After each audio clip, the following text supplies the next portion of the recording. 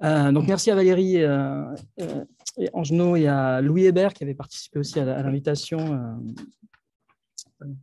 cette fois-ci. Donc, je vais vous parler je vais faire une conférence qui s'appelle Sémiotique et écologie, les sciences du sens dans les humanités environnementales. Alors, c'est certains propos que j'ai déjà tenus en France, mais vu le décalage horaire, normalement, je ne crois pas qu'il y aura des auditeurs français, donc je suis tranquille. Donc, j'attaque tout de suite. J'espère que ce n'est pas trop long. Vous me direz. Voilà. Donc, le rôle que je m'étais fixé, c'était d'imaginer l'ambition que je m'étais fixée, c'était d'imaginer quel était le rôle éventuel de la sémiotique dans les humanités écologiques. En quelque sorte, comment appliquer la sémiotique. Alors, c'est une tradition un peu limougeaude, de Limoges, d'où je viens, donc, et du CERES, Centre de recherche sémiotique, d'essayer de faire une sémiotique qui est à la fois théorique, parce qu'il y a pas mal de théories qui viennent notamment de Jacques Fontanil, que vous connaissez peut-être, mais aussi il y a une dimension très appliquée dans ce qu'on fait. On a un master qui s'appelle Sémiotique et Stratégie, et on essaye vraiment de répondre aux problématiques sociétales. Et il y a eu un grand colloque qui a été organisé qui s'appelait la sémiotique face aux défis sociétaux. Donc voilà, ce que j'essaye de faire va dans ce sens. Et évidemment, l'écologie fait partie des problématiques sociétales actuelles, urgentes, brûlantes. Enfin voilà, je n'ai pas besoin d'insister beaucoup là-dessus. Le terme humanité écologique, je ne sais pas si vous l'employez au Québec, je sais pas, ou humanité environnementale. Environnementale, voilà, il y a les deux. Donc, humanité écologique, c'était Deborah Bird-Rose et Libby Rubin, c'était 2003. Ça a été republié en 2019. C'est un peu plus, c'était plus engagé que humanité environnementale est un peu plus neutre. Voilà. Alors, ces humanités environnementales, elles répondent vraiment elles ont déjà pris corps. À ma connaissance, il y a des essais, il y a des choses qu'on appelle éco-sémiotique, mais c'est assez balbutiant encore. Et il y a un site qui s'appelle Humanité environnementale, il n'y a ni la sémiotique ni la linguistique dedans. On n'est pas représenté parmi ces humanités environnementales, alors qu'il y a la littérature, la sociologie, la géographie, mais point de sémiotique pour participer à ces humanités environnementales. Donc, alors, ces humanités environnementales, elles ont plusieurs justifications. Évidemment, une justification institutionnelle et théorique. Institutionnelle, parce que voilà, on répond de conserve à un problème social actuel. Théorique, parce que la question environnementale, elle mobilise plusieurs théories. On est obligé d'en passer par plusieurs théories. Et donc, il y a une vraie pluridisciplinarité. Quand on veut répondre à une problématique écologique, on est obligé de l'aborder par plusieurs entrées. Quelque chose d'un peu nouveau, même très nouveau dans les sciences, dans les SHS, c'est un facteur exogène, c'est un fait social non construit, on pourrait dire, qui est quand même nouveau, puisque c'est mère nature qu'on a à intégrer dans nos réflexions, et c'est assez nouveau qu'on doive répondre à un phénomène social qui n'est pas entièrement construit. D'où cette idée de matérialité radicale. Il y a de la matière, on a une matérialité radicale à gérer. Et puis enfin, je vais assez vite pour cette partie-là, ces humanités environnementales, elles sont c'est une expression de Bruno Latour. Donc, je pense que voilà, vous connaissez Bruno Latour. Elles sont plus prescriptives que descriptives, ce qui est quand même un peu nouveau pour une science humaine. Ça existe en sociologie, ça existe, mais bon, c'est moins courant, en tout cas en linguistique. En linguistique, elle est descriptive, elle n'est pas prescriptive, par exemple. La sémiotique peut l'être un peu plus. Par exemple, Roland Barthes, ça peut être plus... ça avait plus à faire avec l'idéologie que la linguistique. Alors, que dit Bruno Latour? Je vous lis ça sur la dimension prescriptive.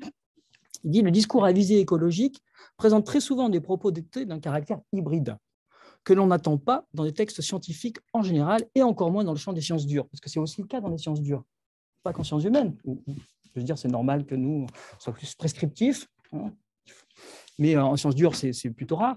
Ben non, c'est aussi présent. Il traverse la distance supposée infranchissable entre la stricte description et la vive prescription de devoir faire quelque chose. Voilà, donc cette obligation de faire quelque chose de nouveau et d'intéressant. Alors, présentation générale, j'en viens au problème. On peut le formuler de plein de manières différentes, le problème de l'écologie. En termes sémiotiques, ça marche pas mal, je trouve, en faisant appel à des théories. Alors, comme vous sortez d'un cours de 3 heures de concepts fondamentaux, je vais pouvoir aller vite. On peut le résumer en disant que le problème, c'est la réduction de la relation homme-nature à une structure actentielle très basique, très, très basique, puisqu'il s'agit simplement d'une relation entre un sujet et un objet. Mais c'est ce qui se passe. On projette sur la relation homme-nature une relation strictement du type actentiel, sujet-objet, avec un humain en position, évidemment, un humain en position sujet, et puis une nature en position objet, et qui serait strictement appropriable. Alors, c'est ce que dit Bruno Latour depuis longtemps. Il dit il faut arrêter, il faut arriver à rompre ce réductionnisme actentiel. Il parle même de réductionnisme ontologique. Il faut arrêter de penser qu'on a un sujet maître de l'univers et qu'il y aurait un objet à connaître, à maîtriser, qui serait la nature. Bon, voilà, vous voyez, c'est facile à formuler en termes sémiotiques, juste avec sujet-objet. Et un double impératif, c'est pareil que j'emprunte à Bruno Latour, qui serait comment casser ça? En fait, c'est très difficile. C'est pas facile de changer d'ontologie. Vous voyez, on n'a pas une baguette magique pour dire on va tout à coup devenir animiste, ou d'abord, je ne suis pas sûr que ce soit souhaitable, mais voilà, ça ne se fait pas simplement. Donc, un double impératif, transformer le statut du sujet humain, le désubjectivité, vous visez, ça dépend, et transformer le statut d'objet de la nature, la désobjectiver. Cesser, dit Bruno Latour, j'aime bien cette expression, il dit cesser de la désanimer, de considérer qu'elle n'est pas animée, donc cesser de la désanimer. Voilà, donc du coup, inventer un autre rapport. Facile à dire, mais pas du tout facile à faire. Alors, voilà le problème, mais que diable peut faire la sémiotique là-dedans? Qu'est-ce qu'on peut, nous sémioticiens, avoir à dire là-dessus? Comment résoudre cette question actentielle sur laquelle tout le monde bute, sans forcément la formuler en termes actentiels, mais tout le monde bute là-dessus? Ce qui renvoie à une question, alors peut-être, je ne sais pas si qu'on n'ose pas se poser comme ça, des fois, peut-être, mais c'est à quoi sert la sémiotique en général? À quoi ça sert donc la sémiotique? Quelle lumière c'est susceptible de projeter sur le champ social et humain? Voilà, quel rôle on a joué dans la SHS? En fait, c'est une question que je m'étais posée en cours face à mes étudiants de licence, parce que tout à coup, je me suis dit, mais il faut quand même que j'arrive à leur expliquer à quoi ça sert. Donc, j'ai eu cette volonté d'objectiver, pour moi, au moins, ça. Alors, proposition, mais ce n'est pas forcément exhaustif, mais j'imagine qu'il y a au moins 3 fonctions que pourrait avoir la sémiotique, on pourrait dire 3 utilités, vous voyez, ce qui est déjà pas mal, 3 fonctions, si on arrive à rentrer dans chacune des 3. Je vais évidemment les développer. Donc, une première visée que j'appelle herméneutique, qui est de nature interprétative. Ça se comprend très bien, vous allez voir, c'est assez évident. Mais ça fait vraiment trois types de sémiotique différents, en fait. Une visée donc herméneutique, une visée critique et une visée qu'on pourrait appeler, alors j'étais sur le terme, il y avait philologique, philosémiotique, mais c'est pas terrible, diplomatique. Le mot magique, un peu à la mode, certes, mais diplomatique marche bien. Donc, visée herméneutique, dont on va voir qu'elle est interprétative, c'est la sémiotique ou les sciences du langage qui jouent un rôle dans l'interprétation logique. Une visée critique, où là, la sémiotique n'est pas la seule, il y a déjà la sociologie qui fait ça, qui a une visée émancipatrice, se libérer de certains, on va voir de quoi. Et puis une visée diplomatique, où là, la sémiotique, elle joue le rôle de médiation, d'intermédiaire. Alors, je développe les 3 aspects de manière beaucoup plus longue, mais en une seule diapo, néanmoins. Alors, visée herméneutique, donc j'ai dit, elle est interprétative. Ça se comprend très bien. Parce qu'en fait, quand on pose la question comme ça, à quoi sert la sémiotique, on a ce genre de réponse. Moi, je la pose à mes étudiants à comprendre un énoncé. Les 3 quarts du temps, on n'a pas besoin de la sémiotique pour comprendre un énoncé. Ça se saurait, parce que sinon, personne, il n'y a que les sémioticiens qui comprendraient les énoncés, ce qui n'est évidemment pas le cas. Donc, on est utile dans certains cadres, dans certains cas. Et notamment, ce que fait l'herméneutique depuis très longtemps, pour répondre, ça vient du travail sur les textes religieux, donc c'est pour interpréter les textes qui ont une opacité, un certain degré d'opacité, ou qui demandent à être interprétés d'une manière ou d'une autre. Voilà. Donc c'est la première. Donc en fait, j'ai différencié trois entrées dans la dimension interprétative. Donc, gnoséologique, c'est la sémiotique comme théorie de la connaissance, c'est-à-dire on ne peut pas interpréter un texte particulier, mais on travaille sur qu'est-ce que ça veut dire qu'interpréter. Vous voyez, quels sont les mécanismes qui nous permettent d'interpréter un texte. Ce qu'on trouve. Donc voilà, c'est la sémiotique en tant que savoir. Interprétative, rendre compte des énoncés complexes. Par exemple, je ne sais pas, la poésie. La poésie, il y a une opacité, il y a une difficulté dans la poésie qui peut demander des parcours interprétatifs particuliers. Et puis communicationnel, c'est quand la sémiotique, ce qu'on fait d'ailleurs dans le master, sert à optimiser le discours. Vous voyez, dans le champ publicitaire, par exemple, ou autre. Voilà. Donc ça, c'est pour une dimension herméneutique. Deuxième dimension, c'est la dimension que j'appellerais critique, dont j'ai dit qu'elle était émancipatrice. Critique, c'est plutôt dans le sens de... Ça marche, les deux marchent. Critique, tout le monde comprend ce que ça veut dire. Dans mon esprit, c'était plutôt criticiste, c'est plutôt Kant, c'est travailler sur les conditions, vous voyez, sur ce qui est a priori conditionne nos discours. Mais c'est ce qui est très, très important et qui a... Donc, on peut travailler, par exemple, je vous donne plusieurs exemples, sur les contraintes de genre ou de médias qui pèsent sur ce qu'on va produire. On ne peut pas communiquer de la même manière dans une bande dessinée, et ça va être le cas pour l'écologie. Il y a des règles, il y a des choses qui relèvent de ce qu'on appelle la médiagénie, c'est-à-dire on ne peut pas communiquer de la même manière dans un roman. Donc ça fait partie des contraintes génériques. Mais il y a aussi des conditions, comment on produit du sens. Vous savez, je ne sais pas si vous l'avez vu, mais le parcours génératif en sémiotique, je ne sais pas si vous avez déjà vu ça, c'est un ensemble de préconditions de la signification. Pour produire un énoncé dans le parcours génératif, on est obligé de passer par là, puis par là, puis par là. Ça, c'est des préconditions. On n'est pas libre, on ne peut pas faire abstraction de ça, on est obligé d'en passer par ça. Donc, conditions, contraintes de genre. Un tout auteur, si vous voulez écrire un roman, vous êtes obligé, ou une BD, vous êtes obligé de les adopter. Certes, vous aurez un certain degré de latitude, de créativité, mais il y a des choses que vous êtes obligé de faire, auxquelles vous êtes obligé de satisfaire pour que ça fonctionne. Et puis, il y a aussi ce qui relève des normes, ce qui est plus radical, c'est tout ce qui relève des formes de vie. Malgré nous, on est constitué par un ensemble de formes de vie, alors qu'on adopte de manière plus ou moins consciente, mais qui structurent nos imaginaires, qui vont avec des récits, qui vont avec qu'on adopte. Ça va? C'est clair? Dernière pan, la dernière fonction, donc fonction diplomatique, ça ressemble un peu à la dimension herméneutique. Là aussi, c'est pour approcher des énoncés qui sont éloignés, mais ce n'est pas parce qu'ils sont complexes, c'est parce qu'ils sont éloignés dans le temps ou dans l'espace. C'est comprendre, par exemple, restaurer ce que j'ai mis, restaurer le sens d'un énoncé, d'un rite, d'une forme symbolique en général, dans son contexte initial. On a fait ce travail, par exemple, avec Fontanille, avec Jacques Fontanille, dans le livre que citait Valérie, qui s'appelle Terre de sens, où on a travaillé sur la conception que les paysans limousin avaient du temps. Et donc ça rentre typiquement là-dedans.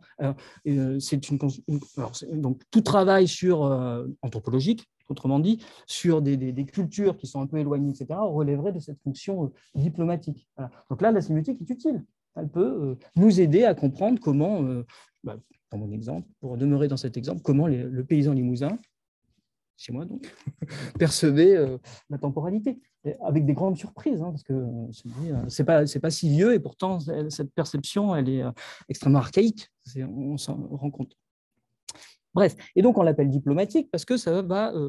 L'idée, c'est de réduire la distance de l'un à l'autre. Donc vous voyez pourquoi diplomatique, ça permet de comprendre l'autre.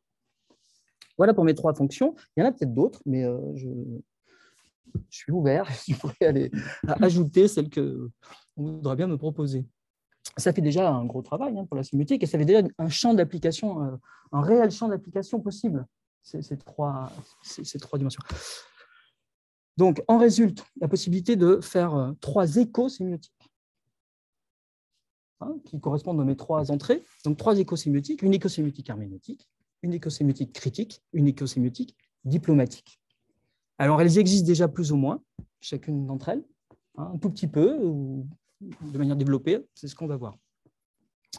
Donc, 3 écosémiotiques complémentaires pour aborder ce que j'ai mentionné en introduction, le problème actentiel, là, un sujet face à un objet. Voilà. Comment casser ce truc? Comment casser cette... c'est une expression de Maniglier, l'anthropologue, c'est ce monoontisme. Comment arriver à faire autrement? Alors, je commence par l'écosémiotique herméneutique. Alors, on trouve, elle existe déjà cette pratique, et elle existe sous la plume d'un sociologue qui s'appelle André Micou, et qui est spécialiste des questions environnementales depuis très longtemps, hein, depuis de longues années. Et il travaille sur ce qu'il appelle le texte écologique. Et c'est quoi le texte écologique? C'est l'ensemble des formes symboliques qui sont actuellement associées à l'écologie. Mais alors, vous allez voir, il a une proposition qui est très intéressante pour aborder ces formes symboliques. Il dit, donc je vous lis, le texte de l'écologie est le symptôme de l'émergence d'une temporalité radicalement nouvelle. Voilà. Et ce qui est très intéressant, c'est qu'il dit, il y a plein de mots, de concepts qui viennent d'apparaître. Là, c'est ce qu'on appelle le texte de l'écologie. Je vais décrire un tout petit peu plus. Et il dit que va avec l'émergence de ce texte écologique une nouvelle temporalité, un nouvel ordre symbolique. Voilà. Donc là, vous voyez, il y a quelque chose à identifier, à interpréter, qui n'est pas accessible comme ça directement, d'où l'idée d'écosémiotique herméneutique. On va voir ce que ça veut dire. Un temps qu'il n'est plus possible d'appréhender dans les cadres que nous ont légués les temps modernes. Là, pour lui, il y a vraiment émergence d'une nouvelle temporalité avec la problématique écologique.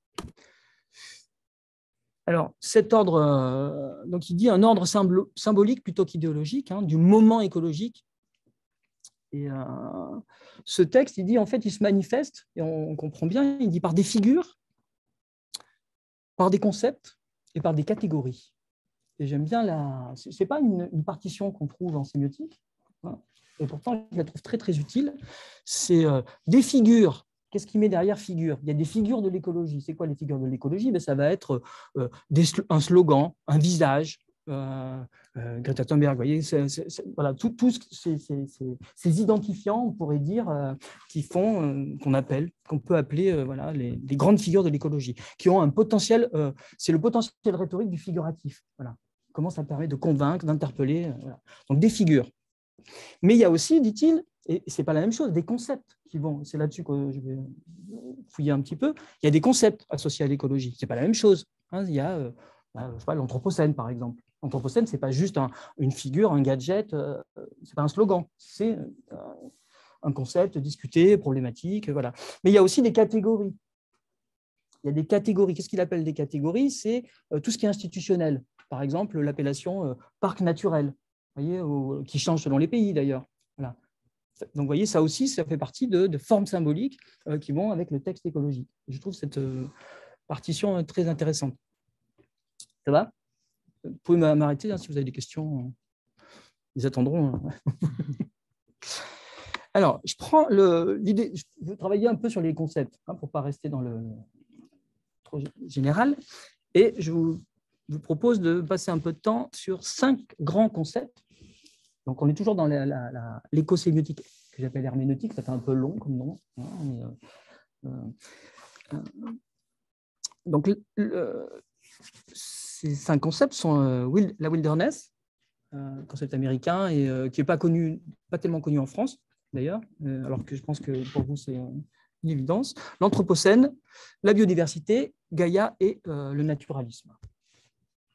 Alors, ce ne sont pas les seuls concepts, mais je pense que si on fait des statistiques sur des textes dans le champ écologique, c'est vraiment les concepts qui structurent, qui ont l'air de structurer le fond actuel de l'écologie. Il y en aura d'autres qui émergeront, mais avec ces 5 concepts-là, on est déjà très armés.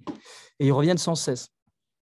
Alors, je passe assez rapidement, parce que comme vous connaissez, la wilderness, donc c'est évidemment un concept américain, c'est une des premières conceptualisations écologiques, c'est un des premiers concepts écologie et qui est devenu une catégorie parce que c'est appliqué juridiquement, hein, ça donne, voilà. Vous connaissez donc elle émerge au 19e en réaction à la dévastation de la Grande Prairie par les pionniers américains, et elle aboutit à la création du parc de Yosemite lié au Wilderness Act. Mais évidemment, si la wilderness est d'abord un outil écologique, c'est un outil écologique, hein, nul ne peut le nier, hein, c'est vraiment fait pour répondre à un problème écologique.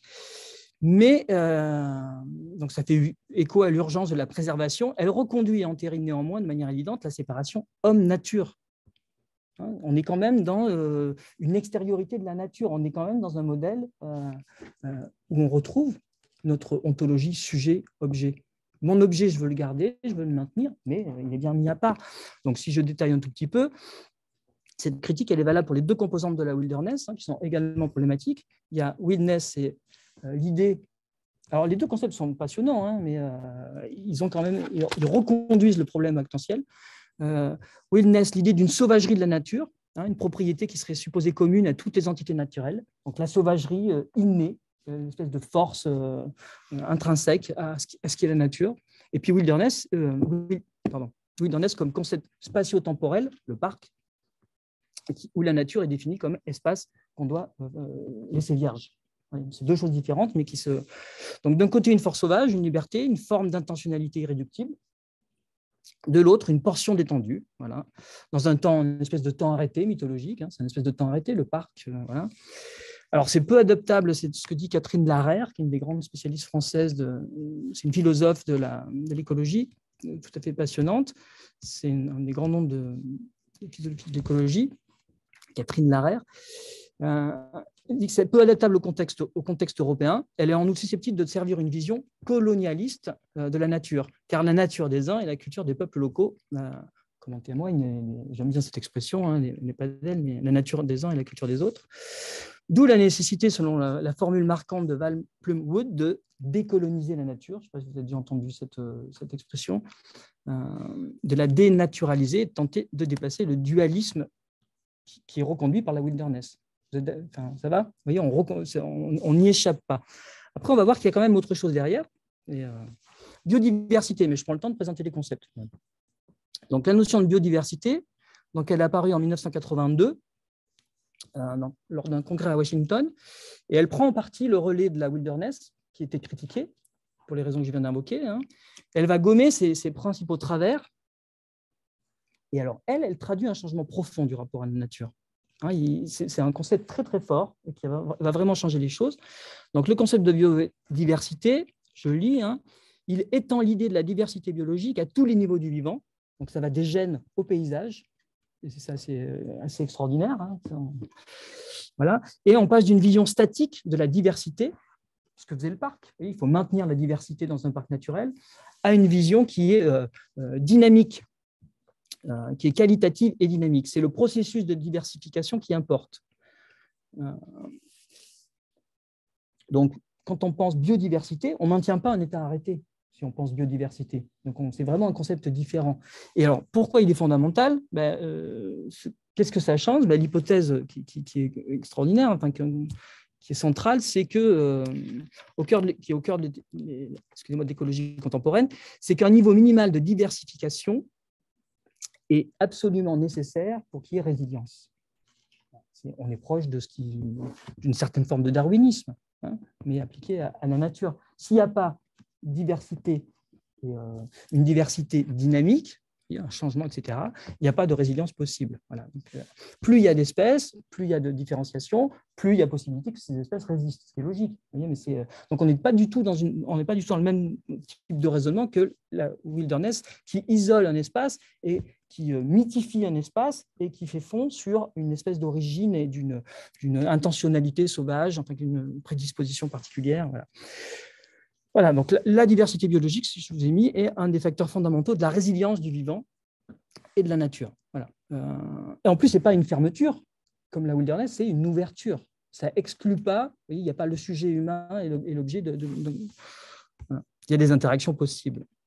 Donc là, on a déjà quelque chose qui est intéressant. Je vais assez vite. Trop, vous me dites si c'est trop vite. Je pense à Gaïa. Maintenant, je passe à Gaïa.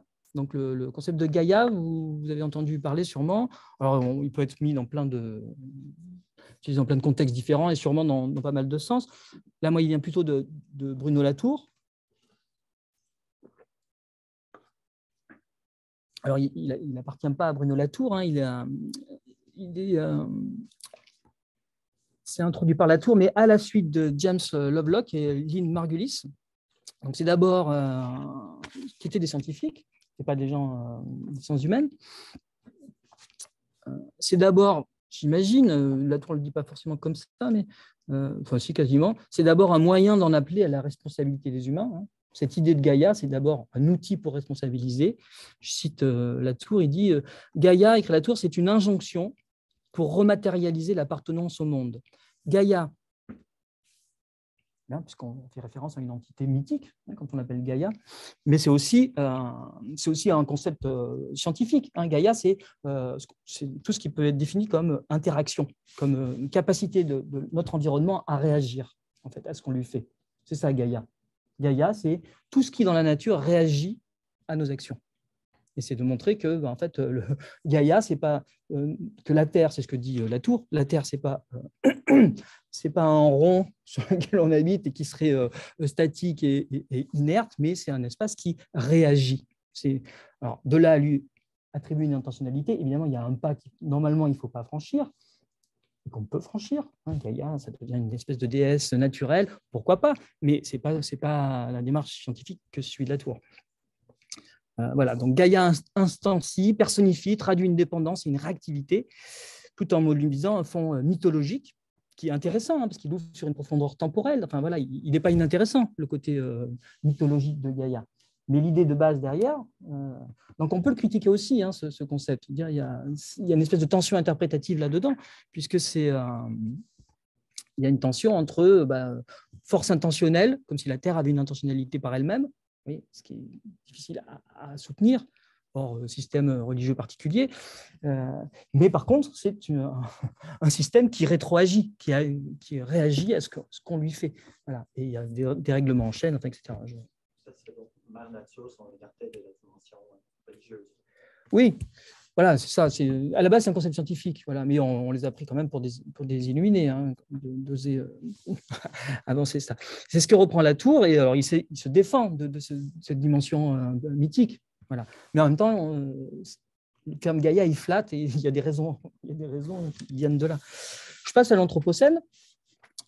Autre concept central, alors j'ai vu qu'il y avait plusieurs ouvrages sur l'Anthropocène dans les couloirs, enfin voilà, c'est un concept qui s'est énormément développé. Donc, proposé par le chimiste de l'atmosphère Joseph Crutzen et par le biologiste Eugène Stormer. Donc, comme vous le savez, ça instaure l'humain en tant que force géologique à part entière, ce qui est extraordinaire comme idée. Que le petit humain, qui est tout récent, hein, donc elle fait succéder l'Anthropocène, ça fait succéder à l'Holocène qui aurait duré 11 700 ans, une ère humaine qui débuterait au 18e, la date du 18e. Donc, vous voyez le rapport, le rapport temporel qui est quand même abyssal. Voilà, on a d'un côté 11 000 ans et de l'autre, ça daterait du 18e. Donc la tension interprétative, où ça gratte un peu, ça tient globalement au fait qu'on peut avoir l'impression que c'est un terme qui demeure anthropocentré. Parce que ça met sur un pied d'égalité des temporalités et des forces qui sont absolument incommensurables. Absolument incommensurables. En même temps, c'est ce que ça veut traduire, puisqu'on retrouve dans des couches géologiques profondes des traces, nos traces. Voilà, donc, ça traduit ça.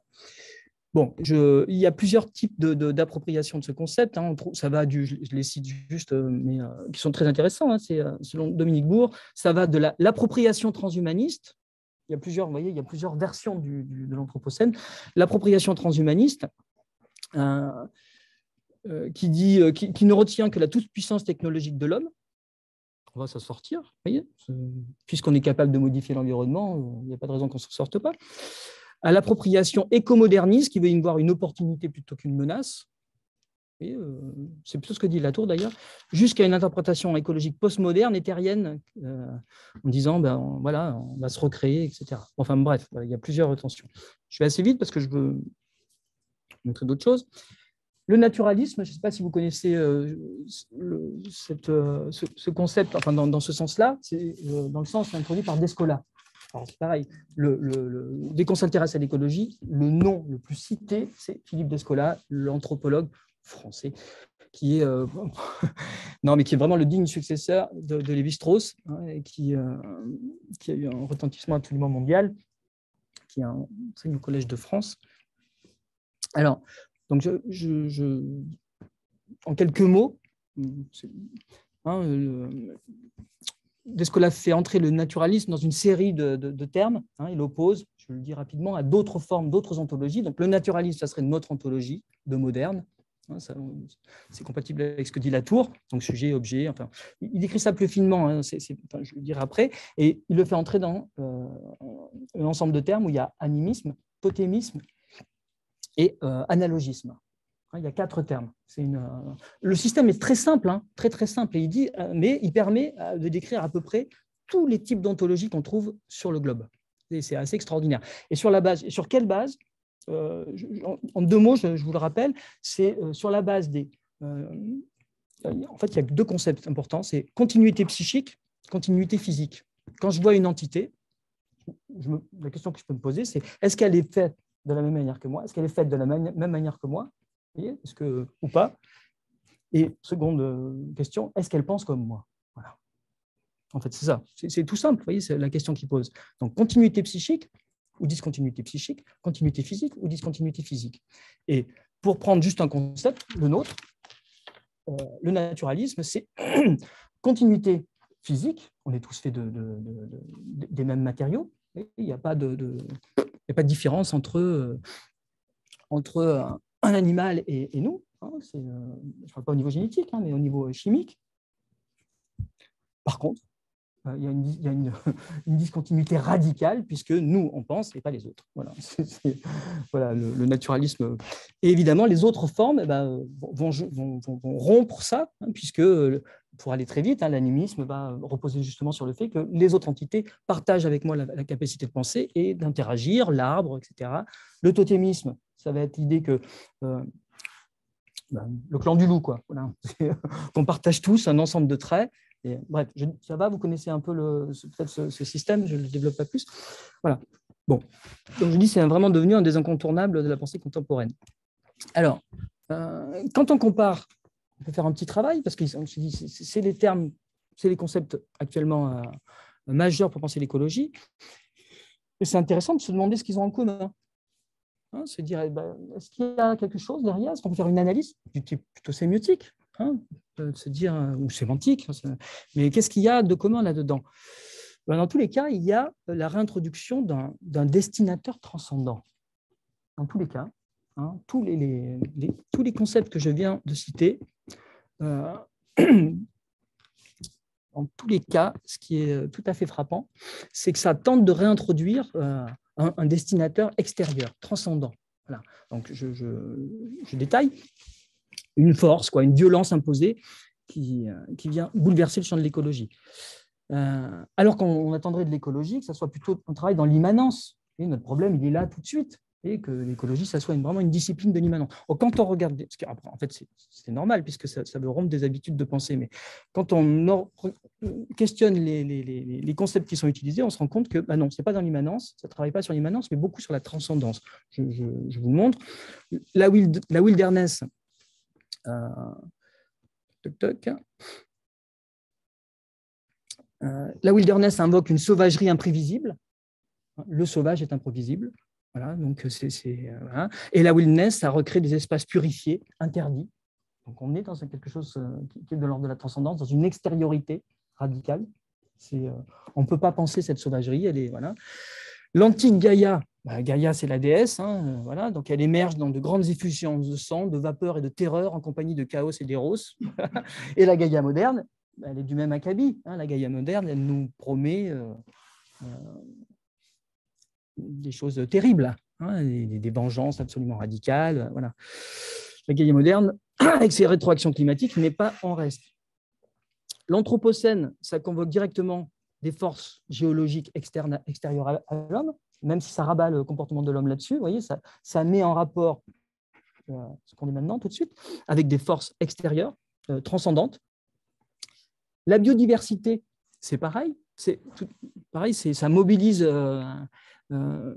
à sa manière une forme de transcendance, puisque quand on pense en termes darwinistes, certes, c'est immanent, c'est maintenant, mais ça vous oblige à remonter un espèce de fil de transformation, d'accident, enfin voilà, et ça instaure quelque chose qui n'est pas dans notre temporalité. Je vais le montrer après. Et le naturalisme, en fait, ça condamne, c'est le problème de la naturalisation du monde. Il y a un autre concept qui peut-être qui va avec et qui était pareil, très étonnant, c'est dans tous les concepts, il y a une espèce de bitemporalité systématique. Il y a deux temporalités qui sont convoquées. Donc à la fois un destinateur transcendant, et on verra que c'est assez logique, et puis une espèce de bitemporalité, puisqu'on a toujours le temps de maintenant, le temps actuel, le temps de l'humain actuel, et puis une temporalité autre. Hop là, je suis allé trop vite. Voilà, excusez-moi. Une bitemporalité.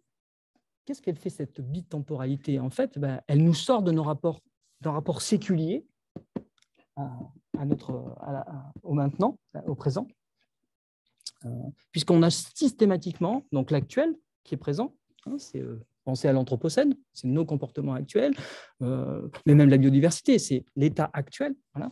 Et en même temps, on a systématiquement un temps qui vient d'ailleurs, donc je vous l'ai mis, j'ai remis ça. On va voir télescoper, systématiquement un temps qui est absolument incommensurable, un temps mythique pour Gaïa, un temps des origines pour la wilderness, un temps géologique, un temps de l'évolution ou un temps de l'épuisement radical de nos réserves. Voilà. Donc, dans tous les cas, il y a une espèce de tension temporelle. Je ne sais pas si on peut l'appeler bitemporalité, mais enfin, vous voyez, il y a ces deux temporalités qui sont convoquées. C'est quand même étonnant, enfin, ce n'est pas étonnant, mais c'est parce que l'ambition est justement de déséculariser. Alors, Latour a analysé ça dans Face à Gaïa, un ouvrage majeur, à mon avis, qui est assez difficile, assez complexe, parce que Latour, c'est plus ou moins complexe, mais Face à Gaïa, c'est un ouvrage très, très dense, et il montre, enfin, voilà, que il explique notre état actuel en le liant à une problématique qui est liée à l'immanence et à la transcendance. Bon, je n'y reviens pas, mais on a l'impression que ces concepts qui viennent répondre à Latour. Voilà, alors, je continue. Donc, c'est déjà ces concepts une manière de rompre le carcan ontologique. Vous voyez ce que j'ai dit au début, un sujet, un objet. Vous voyez, c'est ce qu'essayent de faire ces 5 concepts, en fait. Ce n'est pas leur objectif majeur. Pensez, vous voyez, l'Anthropocène, on ne s'est pas dit, quand on a créé l'Anthropocène, qu'on allait rompre ce qu'il dit, qu'on allait rompre cette réduction ontologique, mais c'est néanmoins présent. Et moi, je me trouble que ça soit systématiquement reconduit. Donc voilà, une manière de rompre le carcan ontologique, en trouvant des concepts qui permettent de les rompre, puisqu'on a une schizie de l'objet, écartelé en des temporalités incommensurables et une tension dans le sujet. Voilà, ça va? Bon, vous voyez, c'est un exemple de travail qu'on peut faire. Dans les différents... Donc, il faudrait faire aussi un travail sur les figures, sur les grandes figures de l'écologie. Là, c'est sur les concepts. Il y en a plein d'autres. Mais on pourrait faire aussi le travail, vous voyez, un travail identique où on repère des formes, enfin, etc., sur les catégories juridiques, politiques. Voilà. Donc, c'est plutôt pour indiquer un programme de recherche, des programmes de recherche potentiels en écosémiotique. Donc voilà, là, on est loin d'avoir fait le tour. C'est juste un bref exemple de petit travail qu'on peut faire sur la partie conceptuelle de l'écologie. Je passe à quelque chose qui est peut-être plus parlant directement, c'est la perspective critique. Donc, mon écosémiotique critique. Donc vous vous souvenez, la dimension critique, c'est quand on travaille sur les contraintes génériques. Et là, on s'intéresse. Alors, c'est un travail qu'on a déjà en partie réalisé, notamment avec Éric Bertin,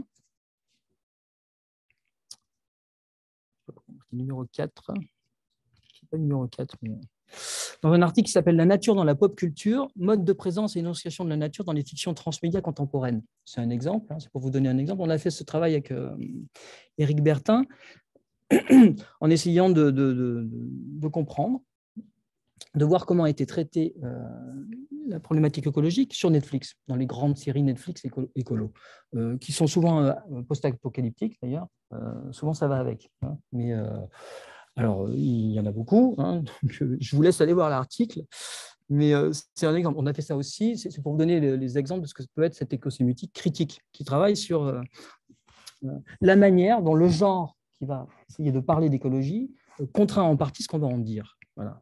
Comment la BD peut exprimer la question écologique. C'est pareil, c'est tout à fait passionnant. Alors, vous verrez, dès qu'on se penche dessus, on voit qu'il y a c'est normal, hein, c'est tellement le paradigme actuel, mais qu'il y a énormément de bandes dessinées sur une dimension écologique. Et c'est très intéressant alors, de se demander, est-ce qu'il y a une médiagénie? C'est un concept de Philippe Marion, la médiagénie, c'est comme la photogénie. Quoi, vous voyez, est-ce qu'il y a une médiagénie de l'écologie? Est-ce qu'il y a une BD-génie de l'écologie? Oui, il y en a une, parce qu'on se rend compte que l'écologie, que la BD, par exemple, elle a une, je ne vais pas en développer trop, mais elle a une plasticité énonciative extraordinaire, la bande dessinée. Vous pouvez tout faire parler dans bande dessinée, par exemple, mais il y a bien d'autres critères. Vous pouvez créer des images hybrides dans une bande dessinée, très simple. On peut faire des choses extraordinaires qui sont très compliquées à faire normalement. Tous les récits sont possibles. Tous les récits sont possibles. Hein, vous pouvez refaire la scène du crime, ça ne pose pas de problème. Vous n'avez pas besoin de convoquer 150 personnes. Enfin bref, il y a une plasticité énonciative, plasticité narrative, il y a plusieurs critères et on a travaillé là-dessus avec Sylvie Lorenzo et on est en train, à Limoges, dans le cadre de cours, on travaille sur la recherche, ça s'appelle la recherche en bande dessinée, et notamment là-dessus. Et puis on peut citer le cinéma. Alors, quand j'ai fait le travail, il n'y avait que le Avatar 1. Le Avatar 2 n'était pas sorti. Il aurait peut-être été mieux qu'il ne sorte jamais d'ailleurs, mais qu'est-ce que vous en pensez? Alors que le 1, moi j'avoue que j'étais assez enthousiaste. Alors, je ne vous fais pas l'affront de vous raconter l'histoire d'Avatar, parce que je pense que c'est assez connu. Alors, dans Avatar, il y a quelque chose qui est génial dans le dispositif énonciatif. Dans le concept d'avatar lui-même. Alors, ça existe depuis très longtemps en littérature, hein, cette idée de débrayer. Mais là, c'est un mécanisme intéressant. Alors, je ne vous raconte pas l'histoire, mais juste, je mentionne dans cette dimension critique, pareil, hein, avec cette idée de médiagénie du cinéma, on remarque, par exemple, dans Avatar, qu'il y a une chose tout à fait intéressante. Donc, vous voyez, c'est un autre moyen de rompre le carcan, voilà, de dépasser cette tension entre sujet humain et l'objet nature. Alors, on peut ne pas aimer. Hein, voilà. La fable écologique, elle fonctionne bien quand même, il me semble, dans le Avatar 1. Voilà, et il y a notamment quelque chose qui est très intéressant, c'est ce qu'on a appelé avec Éric Bertin l'iconicité du fluide, une espèce de fluidité omniprésente qui est un moyen, il y en a d'autres, hein, je vous renvoie à l'article, mais il y en a d'autres, c'est un moyen cinématographique pour représenter quoi? Pour représenter justement, c'est une des manières de rompre, alors, tout à fait figurative, hein, assez simple, mais de rompre la tension ontologique. Donc, je la détaille un peu. Donc, dans tout l'univers de Pandora et du monde de Pandora, il y a une espèce de fluidité, de continuité chromatique. C'est tout bleu-vert, luminescent, des animaux, des arbres, de la peau bleutée des autochtones, maintenant des baleines, voilà. Le monde entier est bleuté et irrité, donc il y a une espèce irisé, pardon. Très clairement, la fluidité fonctionne comme figurativisation du vivant. Ce mouvement traduit en images la nature vivante de tous les êtres de Pandora. C'est vraiment ça fonctionne, c'est vraiment une figurativisation simple. Ce sont les couleurs de l'invisible, quand même. Ce sont supposées représenter être proche des couleurs de l'invisible, puisqu'on a l'ultraviolet, l'indigo, le violet, le bleu. Je pense que ce n'est pas un hasard. Et il y a aussi l'irisation et la fermeture au contact. Hein. Vous savez, vous savez, quand il touche une fleur, ça se répand. Vous ne l'avez pas vu? Tu ne l'as pas vu, mais tu as échappé à... Voilà. Et puis, il y a aussi, donc tout ça traduit ce mouvement de cette continuité. On pourrait tout à fait reprendre le concept d'Escola, où je disais la continuité physique et psychique entre les êtres. Ben là, elle est figurativisée par cette espèce d'iconicité du fluide. On la retrouve dans d'autres films sur Netflix. On la trouve dans un film qui est très, très, très bon film qui s'appelle Annihilation. Annihilation, je ne sais pas si vous connaissez, il y a exactement le même procédé, en fait, d'iconicité du fluide et d'usage de couleurs de ce type avec cette continuité-là. Alors, il y a d'autres choses, parce qu'il y a d'hybridation. Enfin bon, c'est un film beaucoup plus violent que Avatar. Pas conseiller, pas voir à tous les âges.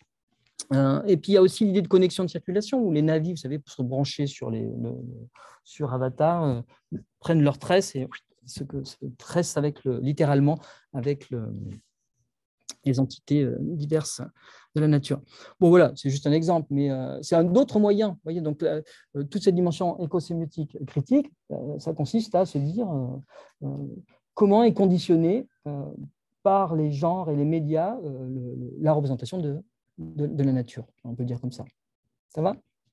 Dernière forme, j'ai le temps, 50 minutes. Ça va? C'est bon? Je parle un peu vite, mais... Oui, j'ai insisté un peu. Voilà, l'iconicité du fluide de Gaïa Pandora figurativisée. On est très proche de Gaïa, hein, c'est une représentation de Gaïa. Pandora, c'est Gaïa, évidemment. Donc, ce que j'ai mis sur les diapos, hein, la désobjectivation du vivant se matérialise dans cette forme iconique fictive. Alors, c'est intéressant parce que quand on l'oppose, alors il faudrait à d'autres films, et donc ça prend tout son sens dans l'opposition. Et on voit ici qu'à la consistance des formes, et avec l'enveloppe visible, opaque, qui est vraiment l'expression de la réification du monde, hein, quand on a un monde strictement opaque, alors ça pourrait ne pas être le cas, hein, mais ça fonctionne dans l'opposition. C'est un principe sémiotique, hein, ça prend sens dans une opposition. Et on voit qu'on a plein de manières de représenter la nature, etc., où ça fonctionne avec une enveloppe visible, opaque, voilà, et qui est expression de la dimension objectale du monde. Et ben, ça s'oppose au monde fluide de la circulation de l'énergie entre les êtres et de la négation des frontières. Alors, il y a des films où c'est très bien représenté. Je suis en train de chercher le nom depuis tout à l'heure. C'est qui se passe dans un train, mais je n'arrive pas à le retrouver, dans une période de glaciation. Voilà, c'est ça. Voilà. Oui, c'est ça. En fait, il y a eu le film de Bong Joon-ho, il y a une série et il y a à la base une bande dessinée, je crois. On est typiquement Snowpiercer, c'est ça? Ouais. Le transperce-neige, ça a été traduit. Et c'est assez génial parce que ça s'oppose justement terme à terme. C'est-à-dire que le monde post-apocalyptique qui est décrit par le transperce-neige, c'est le monde de la consistance absolue, de l'opacité absolue. Vous mettez un bras dehors, il va mal finir, quoi. Voilà. Et on est exactement dans l'opposé de cette fluidité représentée par Pandora. Donc c'est intéressant de voir ces registres. Dernier pan, dernière écosémiotique possible, c'est sûrement la plus importante. Moi, c'est celle que j'ai le moins travaillée, parce qu'il y a des raisons, mais parce que c'est la plus difficile à mettre en œuvre. C'est ce qui pourrait relever d'une diplomatie écosémiotique. Alors, je vous dis, hein, c'est la voie la plus aventureuse, la plus complexe, sûrement la moins empruntée par les sémioticiens actuels. On la trouve chez Bruno Latour, je vais détailler un petit peu, et chez des gens comme Baptiste Morisot, notamment, ou Vinciane Després, je ne sais pas comment on dit, Vinciane Després, par exemple. Hein, il y a tout un mouvement qui travaille dans cette direction. On va voir pourquoi c'est compliqué. C'est compliqué parce qu'il faut des compétences particulières. Alors, je distingue deux types de diplomatie. Il y en a peut-être plus d'autres, mais il y en a au moins deux. même si Morisot et Desprez sont influencés par Latour, en fait, ça ne se recoupe pas complètement, il me semble. On a ce qu'on pourrait appeler une diplomatie générale chez Bruno Latour, qui est construite autour, je vais le développer un tout petit peu, hein, autour des concepts de puissance d'agir et de dépendance, et alors qu'on a plutôt quelque chose de l'ordre d'une diplomatie du vivant chez Morisot et Desprez. Je détaille un peu en citant, en commençant par Bruno Latour.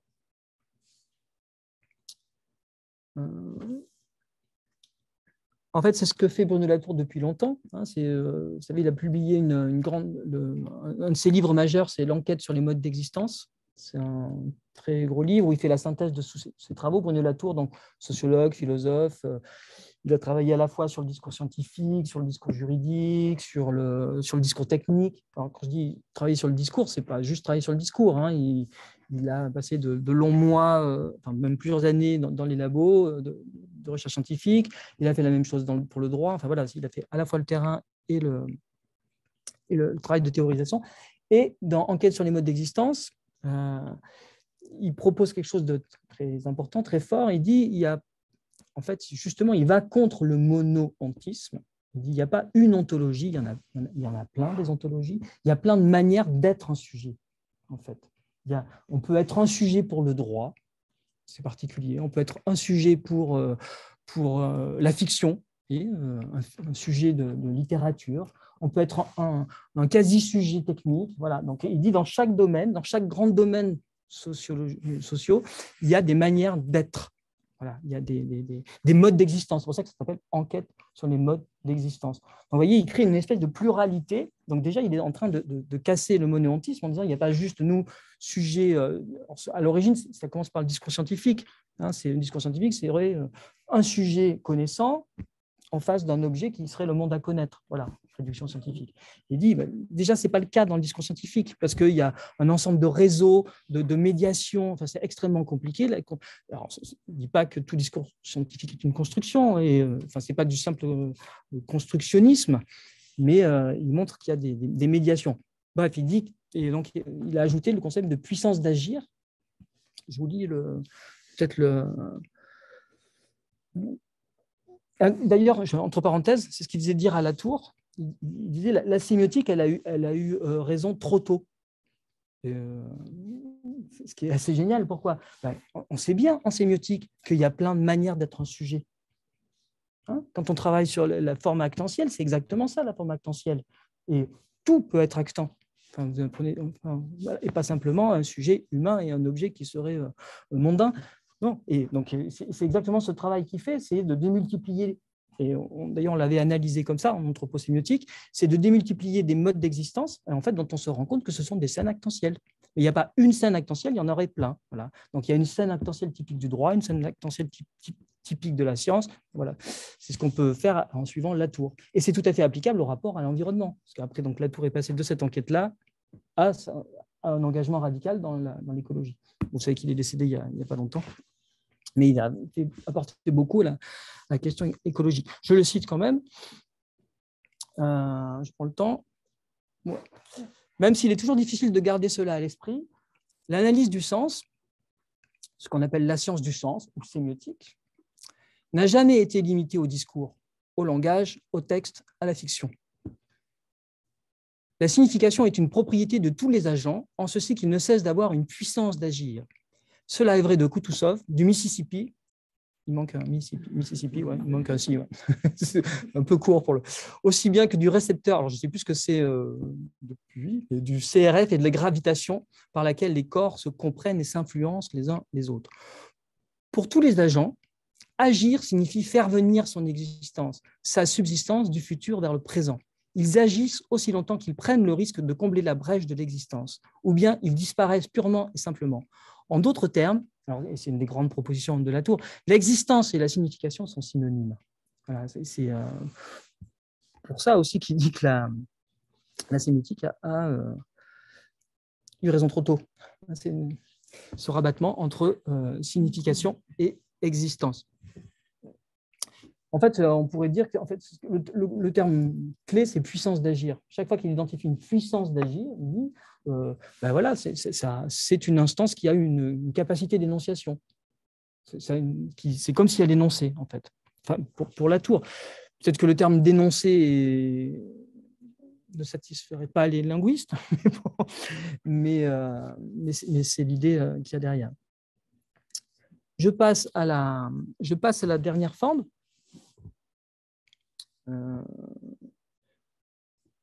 À cette autre forme d'écosémiotique, dont je vous dis, je pense que c'est sûrement, enfin, elle est complémentaire, je pense qu'elles ont toutes une raison, elles ont toutes droit à l'existence. Travailler sur des formes symboliques qui accompagnent l'écologie, c'est fondamental. Travailler sur les médias qui la véhiculent, c'est fondamental, il me semble. Mais travailler aussi sur cette dimension-là que je vais décrire, sur cette dimension diplomatique, ça l'est tout autant. Alors, je cite, j'aime bien la formule, hein, c'est Baptiste Morisot qui dit « On a besoin de diplomates entre hommes et loups, littéralement de diplomates garous pour décoder ces mœurs exotiques. » Je cite Morisot, il dit « Sans besoin de faire de la métaphysique, c'est-à-dire le pistage, parce qu'il travaille sur le pistage, le fait de pister les animaux, littéralement, de suivre les pistes des animaux. Donc, je reviens.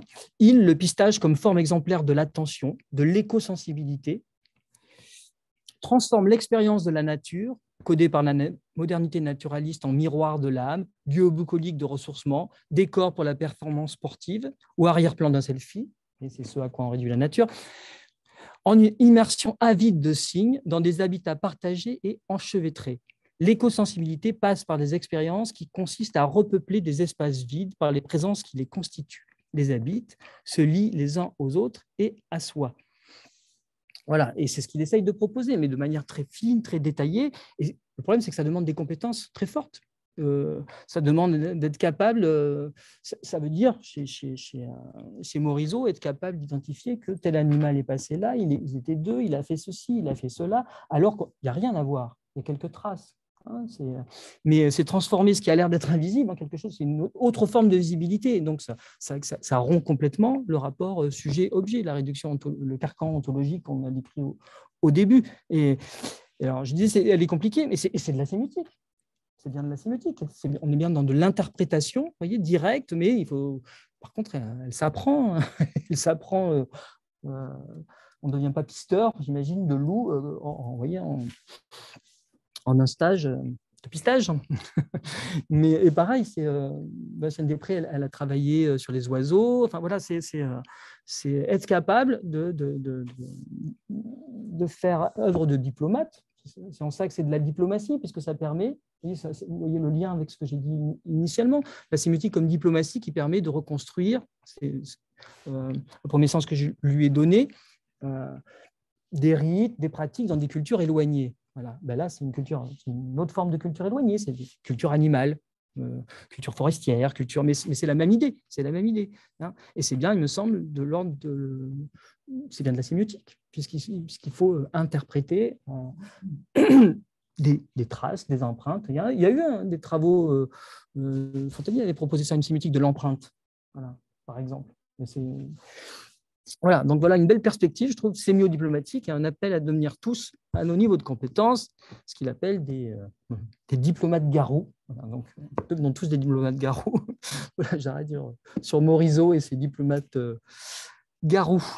Merci de votre attention. J'espère que je n'ai pas été trop long. Bon, ça va ? Non, c'est parfait. Okay. Merci